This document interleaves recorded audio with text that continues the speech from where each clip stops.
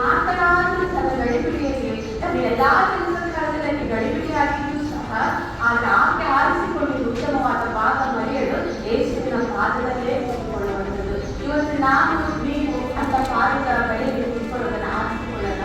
ನಾನು ಹೋದ ವರ್ಷದಲ್ಲಿ ನನ್ನ ಕುಟುಂಬದಲ್ಲಿ ತುಂಬಾ ಹೋರಾಟ, ಎಲ್ಲ ಹೋರಾಟ ಅಂತ ಒಂದೇ ಮಾತಿನಲ್ಲಿ ನಾನು ಹೇಳೋದಾದ್ರೆ, ಹಿಂದೆ ಬರೋಣ ಮುಂದೆ ಕೆಂಪು ಸಮುದ್ರ ನಡುವಿನ ನಮ್ಮ ಕುಟುಂಬ ನಿಂತುಕೊಂಡಿತ್ತು. ಆದ್ರೆ ನಾವು ಪ್ರಾರ್ಥಿಸಿದ್ದು ದೇವರು ಆ ಅರಣ್ಯ ಮಾರ್ಗದಲ್ಲಿ, ಆ ಒಂದು ಕೆಂಪು ಸಮುದ್ರದಲ್ಲಿ ನಮಗೊಂದು ಮಾರ್ಗವನ್ನು ಮಾಡಿಕೊಟ್ಟಿದ್ದೇವೆ.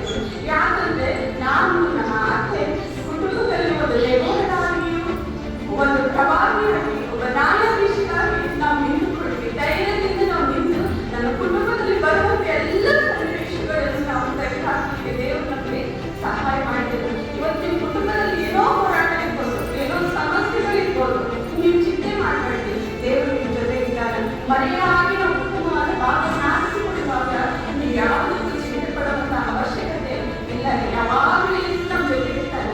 ಇಕ್ಕಟ್ಟಿನಲ್ಲಿ ಮೊರೆಯಿಡಿ ನಾನು ಸಮುದ್ರ ಕೊಡುವಂತ ದೇವರು ಹೇಳ್ತಾನೆ ಇರ್ತಾನೆ. ನಾವು ಆತನ ಸಮ್ಮುಖದಲ್ಲಿ ಕುಂದುಕೊಂಡು ಆತನ ಸಮ್ಮುಖದಲ್ಲಿ ಬೇಡೋರಾಗಿರ್ಬೇಕು. ಇನ್ನೊಂದು ವಾಕ್ಯ ಹೇಳ್ತೀನಿ ನಾನು, ಯೋಹಾನ ಬರೆದ ಸುವಾರ್ತೆ 11:32. ಅಲ್ಲಿ ರಾಜ ಸುವಿಶೇಷ ಎಲ್ಲರೂ ಗೊತ್ತಿದೆ. ಯೋಹಾನ 11:32ನೇ ವಾಕ್ಯ. ಈಗ ಮಾತಾ ಮರಿಯಳಿದ್ರೆ ಅವರಿಗೊಬ್ಬ ತಮ್ಮ ಇದ್ದಾನೆ, ಅವನೇ ರಾಜನ. ಈಗ ರಾಜನ ಸತ್ತು ಹೋಗ್ಬಿಟ್ಟ. 4 ದಿನ ಆಯಿತು, ಆತನ ಸತ್ತು ಹೋಗ್ಬಿಟ್ಟನ. ಅವನು ತನ್ನ ಅಕ್ಕರಿ ಇಬ್ಬರನ್ನು ಕಣ್ಣೀರಿನಿಂದ ಅವರು ಇದ್ದಾರೆ. ನಾನು ವಾಕ್ಯ ಯಾರು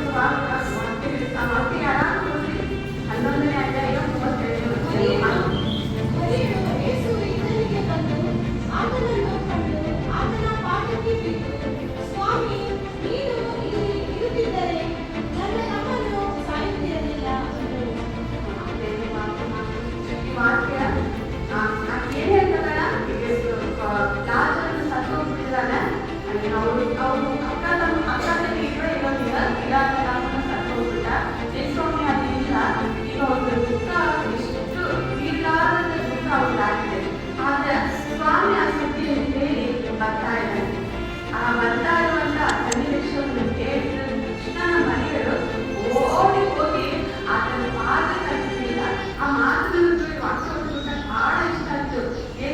ಸ್ವಾಮಿ ನೀನಿಲ್ಲೇ ಇರುತ್ತಿದ್ರೆ ನನ್ನ ತಮ್ಮನ ಸಾಯುತ್ತಿರಲಿಲ್ಲ.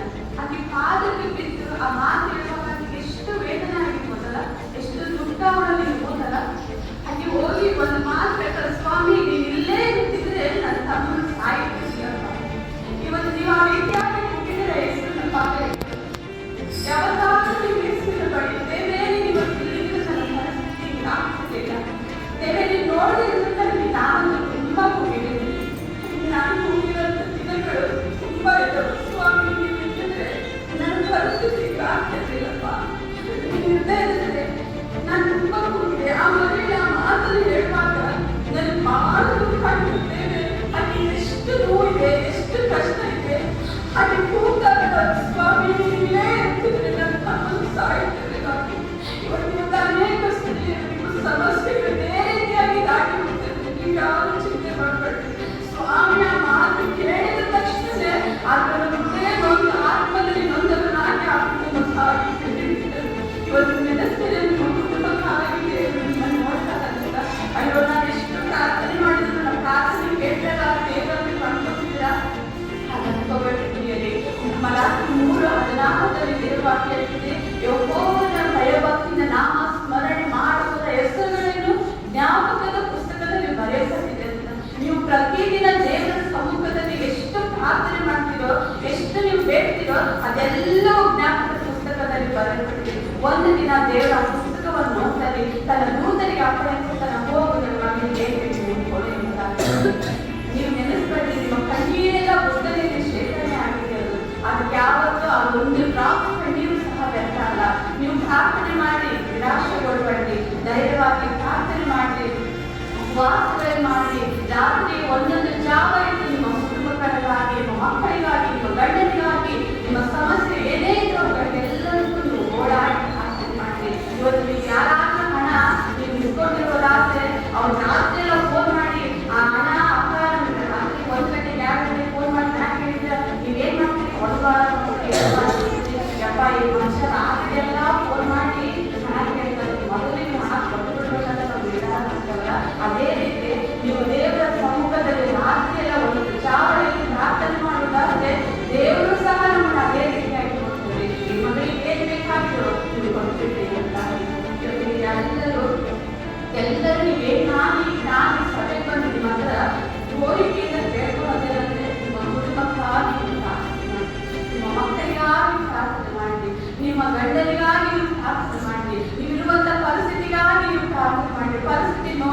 ಬೇಜಾರು ಹೋಗ್ಬೇಡ್ರಿ, ಒಂದು ದಿನ ಬರ್ತೈತ್ರಿ. ನೀವ್ ಹೇಳಿ ಪರಿಸ್ಥಿತಿ ನೋಡಿ, ನೀರು ನನಗೆ ಬಾಧಿಸುವುದು ಎಷ್ಟು ಬಾಧಿಸಿದ್ರು, ಈ 3 ವರ್ಷ 4 ವರ್ಷ ನಿಮ್ಮನ್ನ ಅವ್ರು ಬಾಧಿಸಿದ್ರು ಸಹ ದೇವರು 2ರಷ್ಟು ನಿಮ್ಮನ್ನು ಅದರಿಂದ ತೆಗೆಯುವುದಕ್ಕೆ ಶಕ್ತನಾಗಿದ್ದಾರೆ. ನೀವು ಸವಾಲ್ ಹಾಕ್ರಿ, ನೀವು ಸವಾಲ್ ಹಾಕುವಂತ ನಾವು ಸೈತಾನಿಗೆ ಸವಾಲ್ ಹಾಕುವಂತ ಸಂತತಿಗಳು ನಾವು. ನೀವು ಏನೇ ಪರಿಸ್ಥಿತಿ ಬಂದಾಗ ಸವಾಲ್ ಹಾಕ್ರಿ, ದೇವರು ನನ್ನ ಜೊತೆಗಿದ್ದಾನೆ, ನನ್ನ ಯಾರು ಭೇಟಿ ಮಾಡಿದ್ದಾರಲ್ಲ, ನಾನು ಮಾತ್ರ ಪ್ರಾರ್ಥನೆಯಲ್ಲಿ ದೃಢವಾಗಿದ್ದೆಂಬ ಒಂದು ನಂಬಿಕೆ ಹೊರಗಿದೆ. ಇನ್ನೊಂದೇನಂದ್ರೆ, ನೀವು ಪ್ರಾರ್ಥನೆ ನೀವು ಮಾಡಿದ ಎಲ್ಲ ಪ್ರಾರ್ಥನೆಗೂ ನಿಮಗೆ ನಂಬಿಕೆ ಇದೆ. ನಿಮ್ಮ ಪ್ರಾರ್ಥನೆ ನಿಮಗೆ ನಂಬಿಕೆ ಇದೆ. ನಾನು ಮಾಡಿದ ಪ್ರಾರ್ಥನೆ ದೇವರು ಕೇಳ್ತಾರ, ನನ್ನ ಉತ್ತರವನ್ನು ಕೊಡ್ತಾರ ಅನ್ನೋ ನಂಬಿಕೆ ನಿಮ್ಮೊಳಗೆ ಯಾವಾಗ ಇರ್ಬೇಕು. ನೀವು ಯಾವುದಕ್ಕೂ ಚಿಕ್ಕ ನನ್ನ ಮಗಳು ಮದುವೆ ಆಗಿಲ್ಲ, ನನ್ನ ಮಗನ ಮದುವೆ ಆಗಿಲ್ಲ, ಸಾಲ ಇಷ್ಟಿದೆ, ಕೆಲಸ ಇಲ್ಲ, ರೋಗ ಇದೆ, ಮಾಟ ಮಂತ್ರದ ಶಕ್ತಿಗಳಿದೆ, ಇವತ್ತು ಏನೆಲ್ಲ ನಮ್ಮ ಕುಟುಂಬದಲ್ಲಿ ಎಲ್ಲರೂ ನಾವು ಕುಟುಂಬದ ಸಮಸ್ಯೆಗಳನ್ನು ಹೊಂದಿದ್ರೆ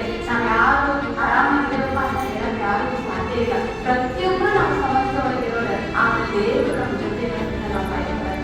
ಎಲ್ಲ ಸನ್ನಿವೇಶಗಳಲ್ಲಿ ಏನೇ ಬಂದ್ರು ದೇವರನ್ನು ನೋಡ್ಕೊಳ್ತಾರೆ.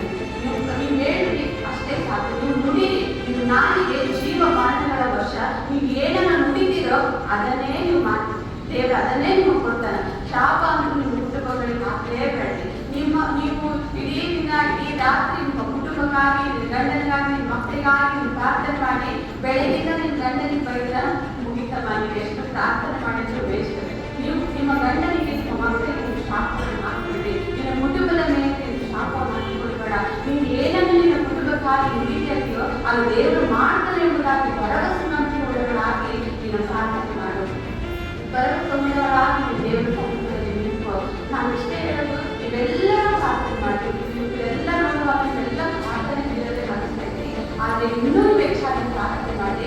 ರಾತ್ರಿ ಒಂದೊಂದು ಜಾವದ ಪ್ರಾರ್ಥನೆ ಬಹಳ ಲಾಭದಾಯಕವಾಗಿದೆ. ನೀವೆದ್ದು ನೀವು ಪ್ರಾರ್ಥನೆ ಮಾಡಿ. ಯಾಕಂದ್ರೆ 12ರಿಂದ 1, 1ರಿಂದ 2, 2ರಿಂದ 3 ಎಲ್ಲ ಒಂದೊಂದು ಜಾವಗಳು. ಆ ಒಂದು ಜಾವಗಳಲ್ಲಿ ಸುಸ್ತಾಗಿರ್ಬೋದು, ಏನೆಲ್ಲ ಆಗಿರ್ಬೋದು, ಆದರೆ ನೀವು ಹೇಳಿ ಪ್ರಾರ್ಥನೆ ಮಾಡಿ. ಕುಟುಂಬವನ್ನು ಕಟ್ಟಿಕೊಳ್ಳೋದಕ್ಕಾಗಿ ಇವತ್ತು ನೀವು ಕರ್ತನ ಸಮ್ಮುಖದಲ್ಲಿ ನೀವು ಪ್ರಯಾಸ ಪಟ್ಟು ಪ್ರಾರ್ಥನೆ ಮಾಡುವುದಾದ್ರೆ ಮುಂದೊಂದು ದಿನ ನಿಮ್ಮ ಸ್ತ್ರೀಯರು, ನಿಮ್ಮ ಗಂಡನಿಗೆ, ನಿಮ್ಮ ಮಕ್ಕಳಲ್ಲೋ ನನ್ನ ಗಂಡನ ಹೆಂಡತಿ, ನನ್ನ ಮಕ್ಕಳ ಧನ್ಯತೆಗಳಾಗಿ ಹೇಳ್ತಾರೆ.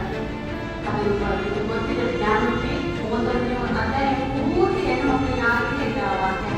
ಆ ವಾಕ್ಯವೆಲ್ಲ ನಮಗಾಗಿ ಅದು ಅನ್ವಯಿಸುವಂಥದ್ದಾಗ್ತದೆ. ಆಮೇಲೆ ನೀವು ಹೇಳ್ತೀರಲ್ಲೋ ನನ್ನ ಕುಟುಂಬದಲ್ಲಿ ಈ ರೀತಿ ಆಗಿತ್ತು, ಈ ರೀತಿ ಆಯ್ತಲ್ಲ ಅಂತ ನೀವು ಸಂತೋಷ ಪಡುವಂಥ ದಿನಗಳು ಬರ್ತದೆ.